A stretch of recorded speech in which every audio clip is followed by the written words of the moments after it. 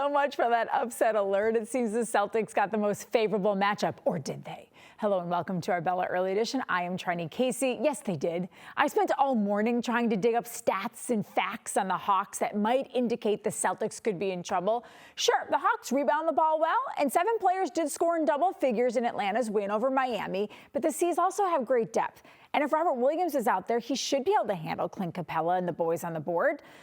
One thing that was still lurking, though, for the ultimate hot take. The Celtics do tend to play down to their competition. They are at risk of overlooking the Hawks, maybe going out in the first round, except numbers don't support that theory. Yes, the C's play games a little too close for comfort, but more often than not, they actually come out on the winning end. I looked at the Celtics' record against the 10 worst teams in the NBA. They finished the year 21-7. 3 of those losses inexplicably came against the Magic. So while they might allow lesser teams to keep it close, they tend to find a way to walk away with the win. The only question that remained, are the Hawks anything like the Knicks and the Cavaliers, teams that combined to go 6-2 against the C's this year? My guy, Chris Forsberg, says, nope. Trust me, I wanted an edgy hot take. I wanted to spice this series up. Instead, I'm like Felger. I'm just already looking forward to round 2. All right, but before we get to round 2, be sure to watch each game of the series right here on NBC Sports Boston. Here is the complete schedule beginning Saturday at 3:30 for Game 1, Game 2 Tuesday, followed by Game 3 next Friday. After that, they play every other day. And for more on this series, let's bring in the aforementioned Celtics insider Chris Forsberg, plus the Boston Globe's Gary Washburn. Guys, I mean, Chris, should we be careful for what we wish for? We're all like, yes, it's the Hawks, but maybe, no. You said you spent all morning, you couldn't figure out. Yeah, but you're more of a basketball guy. You're there in the trenches every day. Yeah, I wish I could tell you, but I mean, I do think this is as favorable a matchup as they can get for the Celtics. The Hawks score the ball well, they rebound well. The Celtics have ways to neutralize that. What they can't make up is the fact that they have someone like Trae Young who will be a defensive liability throughout this series and will give up more points than he probably creates. And so the Celtics should dominate this series. As you said, the literal only thing that I can fall back on that would say the Hawks have a chance in this series is if the Celtics start to look past them, if they don't have the same intensity that they might have brought for the Miami Heat. But I just think that I hope they have learned over the course of this season that they cannot play down to their competition. Gary, is there anything? I read your whole article this morning on the Hawks upsetting the Miami Heat. And honestly, I was more concerned with the parallels almost that I was drawing in my own mind. I'm not sure it was an upset. Both those teams are just bad. They're not what they were years before. I think he said, though, this isn't an awful team in the Hawks. So is there anything, Gary, that we should be we might keep an eye on that? I do think there's a sigh of relief. I think if you picked the play-in teams, in the East, Chicago, Toronto, Atlanta, and Miami, and you had privately the Celtics pick who they wanted to play, it would be Atlanta. They don't want to play the Bulls. The Bulls are a hard team for them to play because they're so damn big. And then they got DeRozan who kills them, and also Zach LaVine and Nikola Vucevic. Toronto is tricky. Obviously, they're terrible here last week, but they also are big and strong. And then we all know Miami. They're full of Celtic killers. Jimmy Butler, Tyler Hero, Bam Adebayo, Kyle Lowry, even Gabe Vincent. So I think the Celtics, if they could have picked their opponent, would have picked the Atlanta Hawks. I was impressed at times with how Atlanta played last night, and then they're not impressed. And we don't know the biggest thing in this series, guys, is just the mystery. We don't know really Quinn Snyder's Hawks. This is Quinn Snyder's Hawks. This is not McMillan's Hawks, that didn't really defend, that were just kind of lackadaisical.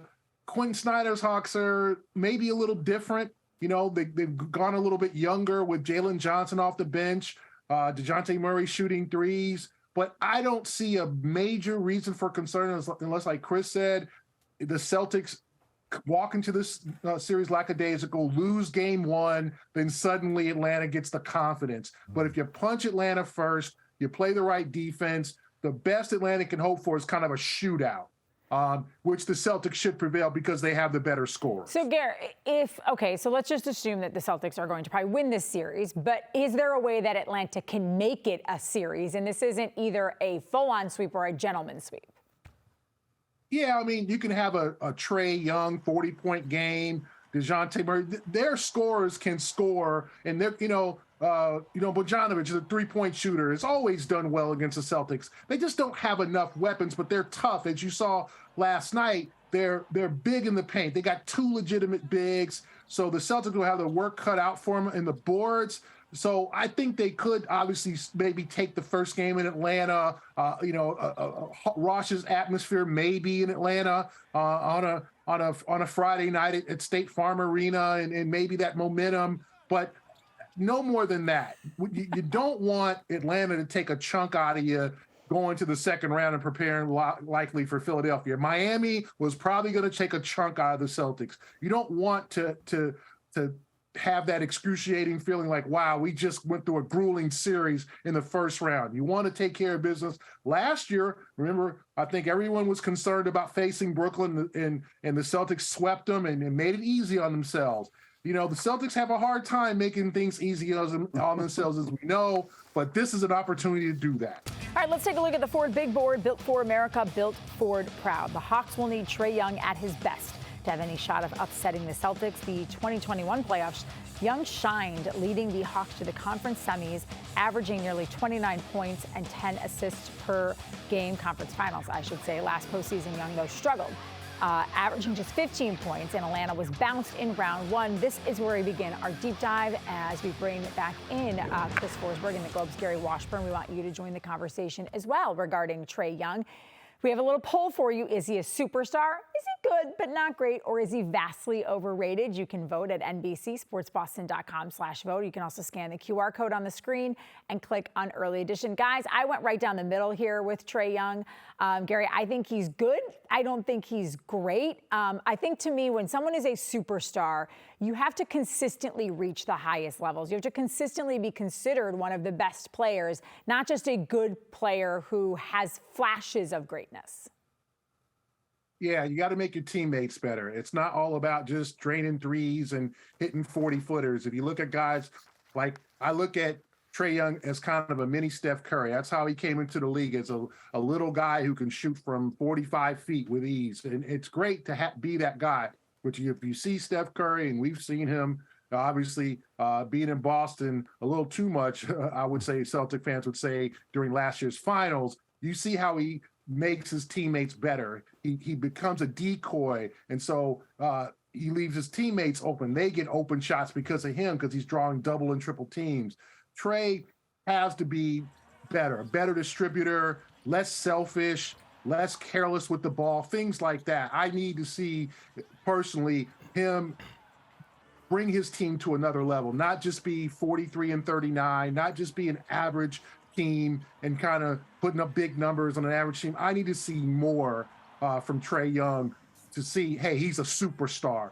But like I said, he's good, but not great, not quite yet a superstar. Chris, where would you fall in this? Yeah, I'll fall in line with you guys, but I think I almost skew more towards overrated than I do to superstar, because he's fun to watch and the threes are great. But when I look at it, he can't impact both sides of the basketball. And the Celtics have lived this life.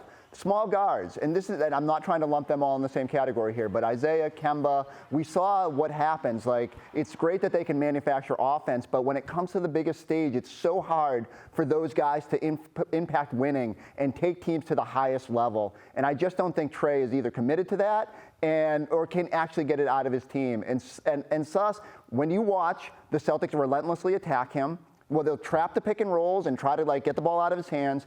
You're going to see how hard it becomes for the Hawks to win, and how the supporting cast just isn't good enough to beat them as well. But again, he doesn't make that supporting cast better at times by finding other ways beyond shooting to be a dominant player. Chris, we have seen him take over series. We saw it a couple of years ago. Hold on. Before you even get going, let's go back. Their march to the Eastern Conference Finals. A terrible Knicks team in the first round. Okay, the 76ers in round 2, perpetual playoff frauds.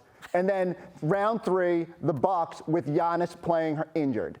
That, to me, I mean, it's like the bubble year. It's like weird things happen. And so I can't sit here and be like, oh, the Atlanta, no one. So you don't look at him and even feel like, okay, he is capable of being better, like the second best player in a series like this, and knocking Jaylen Brown off. Here's what I'm most interested in. Remember the last time, the last time they met down in Atlanta, Marcus Smart got kicked in the junk and was quite upset about it. I suspect he's going to take that out and ramp up his defense a little bit, and I'm eager to see what we get from Trae Young, who shoots 30% from beyond the three-point arc half the time anyway. Yeah, Gary, is it more likely that Trae Young will come out of this series as a hero or a villain? A hero for the Hawks or a villain for the Celtics? More of a villain. And I mean villain in, like, you know, kicking Marcus Smart in his nether regions. And not because he's a villain because he played well. Yeah, I think he'll embrace the Garden booze. I mean, obviously he is a legend in New York because of how he has interacted with the Knicks fans over the playoff series a couple of years ago. So I think he'll try to embrace the villain role and be that bad guy. I think he hears a lot of negativity from fans on the road. I don't think he is a very well-liked player around the league. Steph, it's hard to rip Steph because he's so, you know, he's kind of America, the kid next door who made it big and he can shoot. He's fun to watch. Trae is something different. And a lot of folks around the league do not like Trae, and they think that he's kind of a coach killer. And let's be honest, Lloyd Pierce would probably say that. Now Nate McMillan would probably say that. So Trae's reputation around the league is not great. So I think that TD Garden fans are savvy and smart. They're going to make all kinds of statements and remarks. So I think he'll embrace that villain role. Now, whether that will encourage him to drop 40 and be that kind of superstar player that we've been talking about, maybe not. But like Chris said, defense is definitely an issue. And other than throwing lobs to Clint Capella and John Collins, he does not really make his teammates better. He's going to have to really step his game up for the Hawks to have a chance to maybe win one or two games in the series. Well, our viewers agree with all of us because good, not great, getting 74% of the votes. And we talked about Marcus Smart and the role he might play. He's probably going to be key to slowing down Young. Smart has missed the Celtics' last 3 games with neck spasms, but he will be good to go for game 1. Let's bring in Tommy Giles, who today on our show call, we were like, you know, who has to have a big series here? Who needs to really show up? And one Tom Giles said, Marcus Smart? I think it's a very interesting matchup, and Forsberg brought it up, but you go back to the last time that these two teams actually squared off in a game that mattered. You had that little dust-up between Marcus Smart and Trae Young. So I think it's an opportunity for Marcus to impose as well. Even though the Celtics switch so much defensively, you're still going to see Marcus on ball with Trae Young quite a bit and have an impact that way. Also, how about on the offensive side of things? If Trae Young is a liability, I think it gives the Celtics and Marcus Smart, who is feeling better now, who's feeling more healthy, gives him an opportunity to get back into the flow of the offense and start making the right decisions, to make the right choices, because they can exploit the Hawks defense. Marcus, by his own admission, has not been himself this year, whether that's the confluence of injuries or just like it's hard after you come off a Defensive Player of the Year season to bring that every single night and to have that intensity. But I fully expect here in the postseason, as long as his neck is feeling better from the 3 games he missed at the end of the year, that he will go up a level, and that there's no way in my mind that he doesn't look across that court and see Trae Young and not get super inspired. And as much as I sit here and say, like, the Celtics can't have a letdown, I think little things like that will ensure that they are laser focused and ready to go in this series, and I expect Marcus to be great in this round. It also feels like Marcus Smart has a chance to change the perception of him. He has an opportunity here to do what the Celtics, what he was doing, I think, early last year under Ime Udoka, early this year when we saw his assist numbers go up, to be more of a facilitator, take shots when he needs to, but not be a guy who's just chucking up the ball just to try and be the key scorer. Like, I think there's a lot riding on this series for Marcus Smart. Well, and again, I think you go back to the flow of the offense, and I think that you're going to see the Celtics have a much better flow in this series. And that's partly because Atlanta's just not as strong defensively, to me. And so that gives an opportunity for Marcus to get back to those things you're talking about. I mean, if they watched last night, I mean, the Heat can't score. And so it's going to be a lot different for that team once the Celtics come in. And if Marcus is distributing, get everybody involved, I just don't see the roadmap for the Hawks. The important thing there is Marcus Smart distributing the ball? All right, we got Tommy Giles here, which means you know what we're going to do. What are the odds? And I am paying much closer attention to this segment than I ever have before. Yeah, all right, Trenni tends to send a lot of text messages that you don't expect. So what's going on? How will the Celtics-Hawks series play out? The betting favorite is Celtics in 5 at +190, followed by a Celtics sweep at +230. Hawks sweep a whopping +9,000, so you could make a lot there, but let's be honest, I'm not quite sure that that's such a smart bet. As Tommy Giles has been has been teaching me as of late. So that leads us to what are the odds? Gary Washburn is back here as well. So when you take a look at the Celtics in this series, Giles, you're a gambling guy. What are you putting your money on? Are you putting your money on 5 or are them winning a sweep? I'd probably go towards 5 in this situation. I just think Atlanta's probably got the ability to take one game. But, yeah, I would probably lean towards 5, which is why it's the shortest odds on that list because that's what everyone else is expecting. I mean, the other thing you can do is see how game 1 plays out, see how the matchup plays out, and then go back to it and say, what are the exact series scores now? Is it worth it to get on the Celtics to sweep? You might lose a little bit of value, but going into things, I'm probably leaning towards 5, although I don't hate 4 either.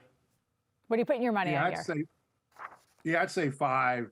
I think they might get one game. And remember, this is not a Hawks team that is cohesive. They got a new coach who's been there 22 games. They're still trying to figure things out. I think they're taking the stance on this. Like, let's just see what happens. Let's go out there and play and see how this goes. I think they're looking forward to the summer. Obviously, there's been trade rumors around Trae Young and maybe making some changes with obviously a new coach and a relatively new general manager. So there could be some changes this summer with the Hawks. So I don't know how close and cohesive they are where they're going to put it together and really give the Celtics a long series. I think 5 games. I would bet that. All right, plus 190 on the Celtics in 5. Well, since we think that the Hawks will be a walkover, and Chris just said that the Philadelphia 76ers are playoff frauds, let's just jump ahead to the Eastern Conference Finals. MVP Giannis Antetokounmpo is your leader in the clubhouse at plus 130. Jason Tatum, though, right behind him at plus 225. You see the rest of the guys on that board. Gary Washburn, who are you picking as your Eastern Conference Finals MVP? Who are you putting your money on? Wow. I'm going to go with Giannis slightly over Tatum. Obviously Milwaukee's got to win that series, but I just think he's on a mission this year after last year. But I think Tatum's going to be on a mission too. So I think it's kind of even. And I don't want to waffle on this, but I'm just going to go against the grain and say Giannis, even though he's the favorite in this game, because Milwaukee has a home court advantage, and I think he is going to be on a mission. But Tatum, obviously after last year's postseason, this is his money time. This is when it all counts. I think Tatum will have something to say about that too.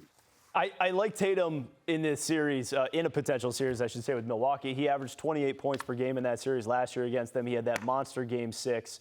And if that had been the Eastern Conference Finals, Tatum would have won the award in that situation. I'm intrigued by Jaylen Brown just a little bit there. Plus 800. That's good money. We saw the start he got off to against them just a couple weeks ago. So at some point, you got to wonder, is Jaylen Brown just going to take over one of these series? Because we kind of saw him do that against Golden State last year, albeit in a losing series. But I wouldn't sleep on that. There might be some decent value there for Jaylen Brown at 8-1.